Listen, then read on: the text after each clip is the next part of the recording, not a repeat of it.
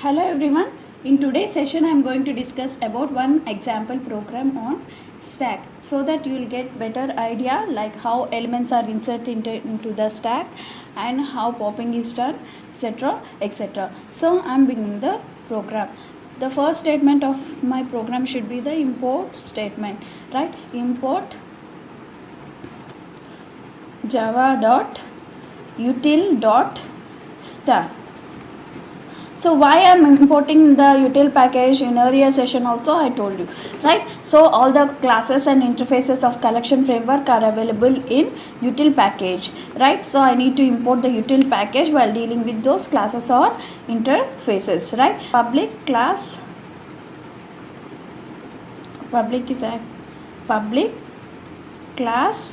followed by class name. The name of the class I am taking it as stack demo. Now, name of the class can be any name, but make sure that you take the relevant name so that by seeing the name of the file you will come to know internally what the program will do. And remember that the first letter of the class should be capital letter. Stack demo. Inside my class I am writing the main method public static void main, and for main method I am passing string type of array as parameter, string args. So this is my main method. Inside my main method I am going to write the logic for creation of stack and performing some operations on stack, right? So for creation of stack, total how many methods are there? For creation of stack there is only one method which is available, which is taking the help of zero parameterized constructor. So the name of the class is stack followed by reference variable s equal to new stack. So if I use this method for creation of stack object, what happens is an empty stack object will be created with no elements in it initially, right? So now I am trying to add some elements into the stack. For adding elements into the stack, what method we'll use? We'll take the help of push method, right? So s dot push of the element which I want to add is assume 20, which is an integer object. So is stack homogeneous or heterogeneous? Stack is heterogeneous. That means we can store any type of data into the stack. The second element which I want to insert into the stack is of string type, s dot push of, assume my name Swati, okay, and I want to add one more element into the stack, s dot push of some 1.2. Okay, so here I have added total 3 elements into the stack. Now what I am doing is I am trying to display the stack object. System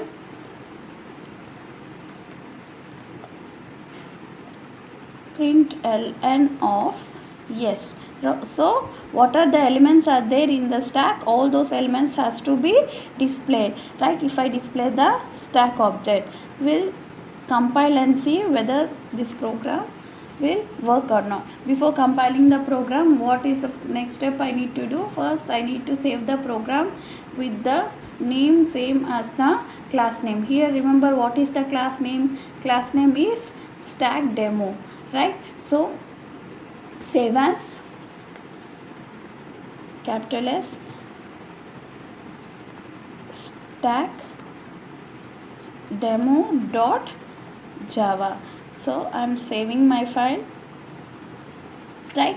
So file has been successfully saved. Now I need to compile that file, right? So for compiling the file I am opening my command prompt cmd, and so my initially the cursor is at the default C drive, right? So now I need to change it to E drive in order to successfully compile my program.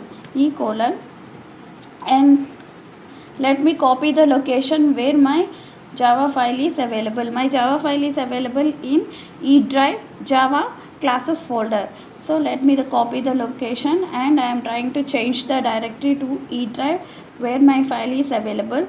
So cd space, for changing the directory we'll use cd command in the command prompt, right? So paste E drive. I want to change the default working location to E drive Java classes folder. Enter.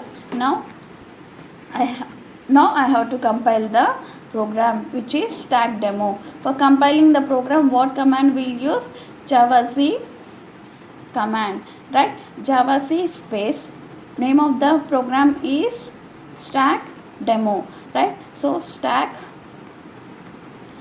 demo dot java. Click on enter.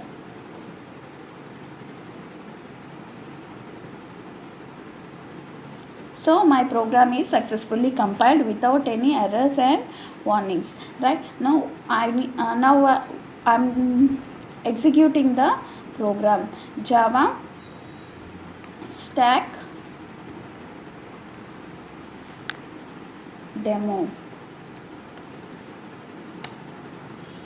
So what I got as output? I got the elements which are inserted, right? So 20, Swati and 1.2. Clear? Okay. So my push method has successfully worked, right? So now what I am trying to do is, I am trying to remove an element from the stack, right? So for removing an element from the stack, what method we'll use? We'll use the pop method. So s dot pop, right? So initially I have inserted 3 elements into the stack. Now what I am doing? I am removing one element from the stack. So which element will be removed? The element which is inserted at the last will be removed, because stack follows last in first out policy, right? So now what I am doing is, again I am trying to see what are the elements that are present in the stack after popping. So again I am printing the stack object, system dot out dot print ln of yes, right? So let me save it. Save.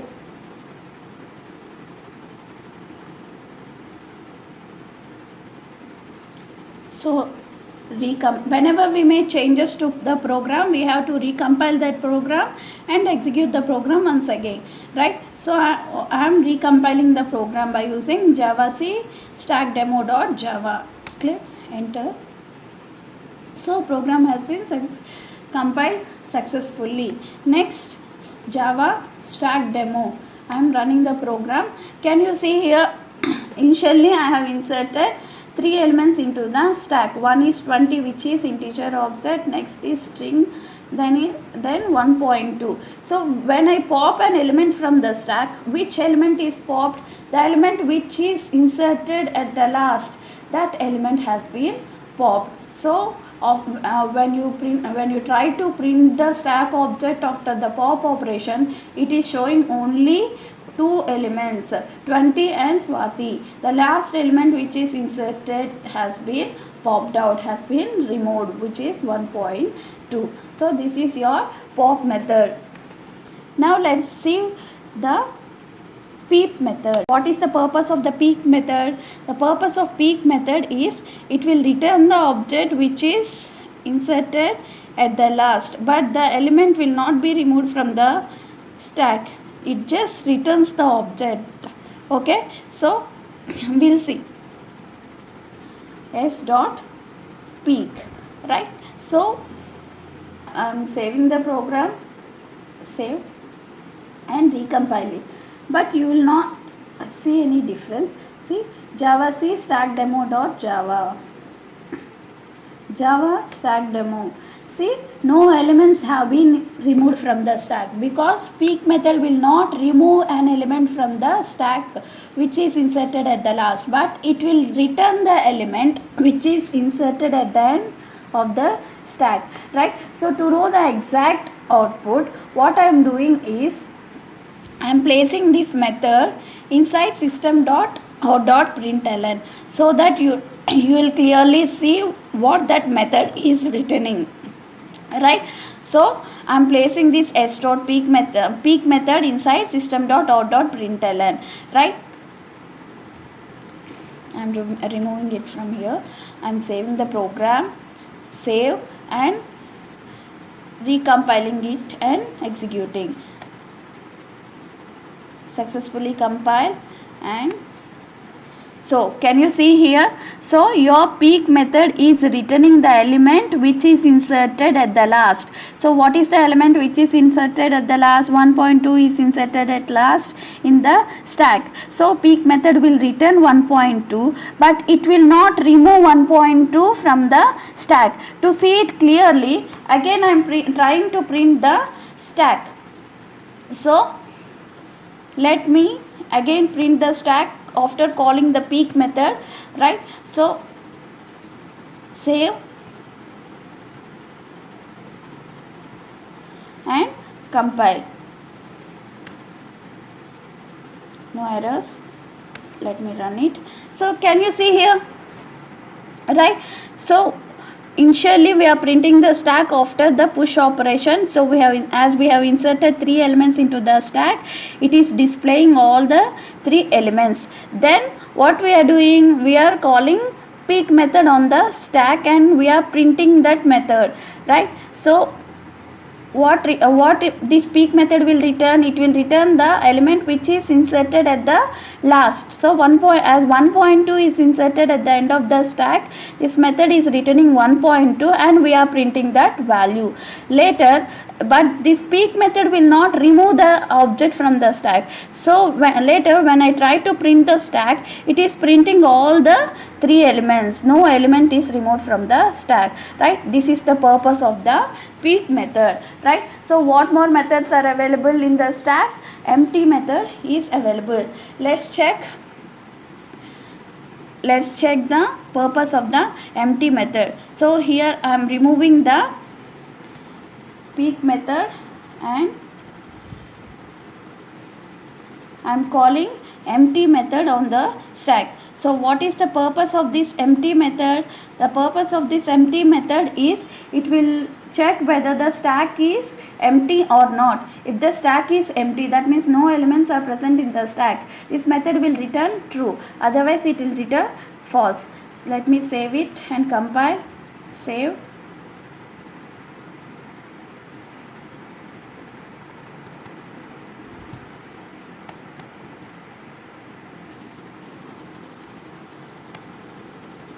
Okay, cleared. I have cleared the screen so that it is convenient for you.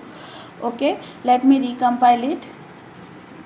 Java C stackdemo.java, enter, right? So successfully compiled. I am running the program now. So what I am getting as output, at first after the push operation I am printing the stack, so it is displaying all the 3 elements which are inserted into the stack. Then what I am printing, I am calling empty method on the stack. The empty method will return whether the stack is empty or not. As the stack is not empty, as the stack is containing 3 elements in it, 3 objects in it, now this empty method is returning false. So we are printing that false value.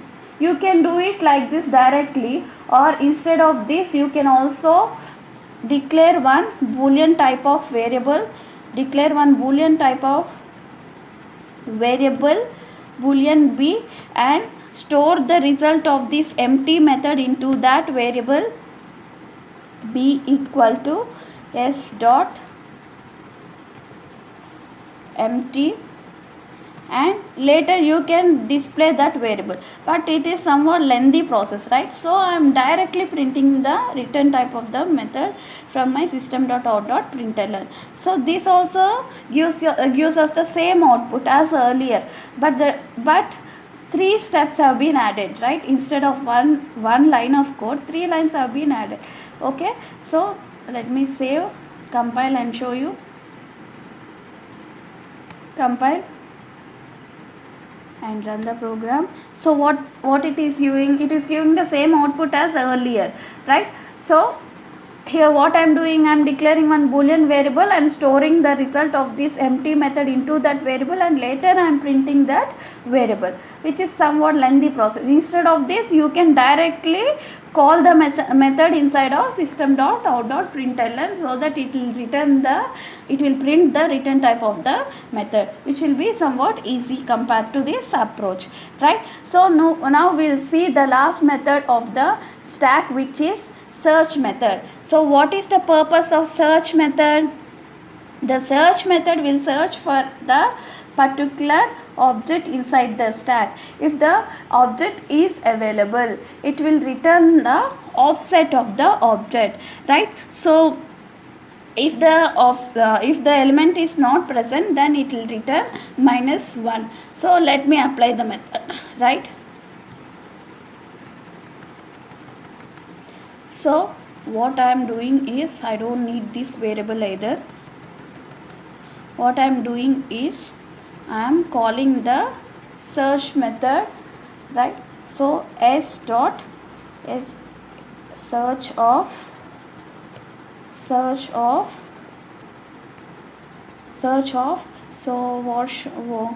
what element I should search for? I want to search for 1.2, right? So if the element is available, 1.2 is present in the stack, then this method will return the offset of the element. So what will be the offset of the element? In earlier session itself we have discussed, right? The element which is inserted at the last will have the offset of 1. The element which is inserted last before will have offset of 2. Last before element will have offset of 3. Likewise, so here 1.2 will, as 1.2 is inserted at the last of the stack, 1.2 will have the offset 1, whereas Swati will have the offset number 2, and 20 will have the offset of 3. So if 1.2 is present in the stack, then it will return the corresponding offset of this 1.2. So what is the offset of this 1.2? The offset of this 1.2 is 1, right? So let me print this method directly. So I am placing it in system.out.println, right? So I am saving the file and I am recompiling and running the program, right? So what this method has returned, this method returned 1 because 1.2 is available in the stack and it is present at 1 offset location, right? So what happens, this is the case when the element is present in the stack. What happens if the element is not present in the stack? What will be returned, right?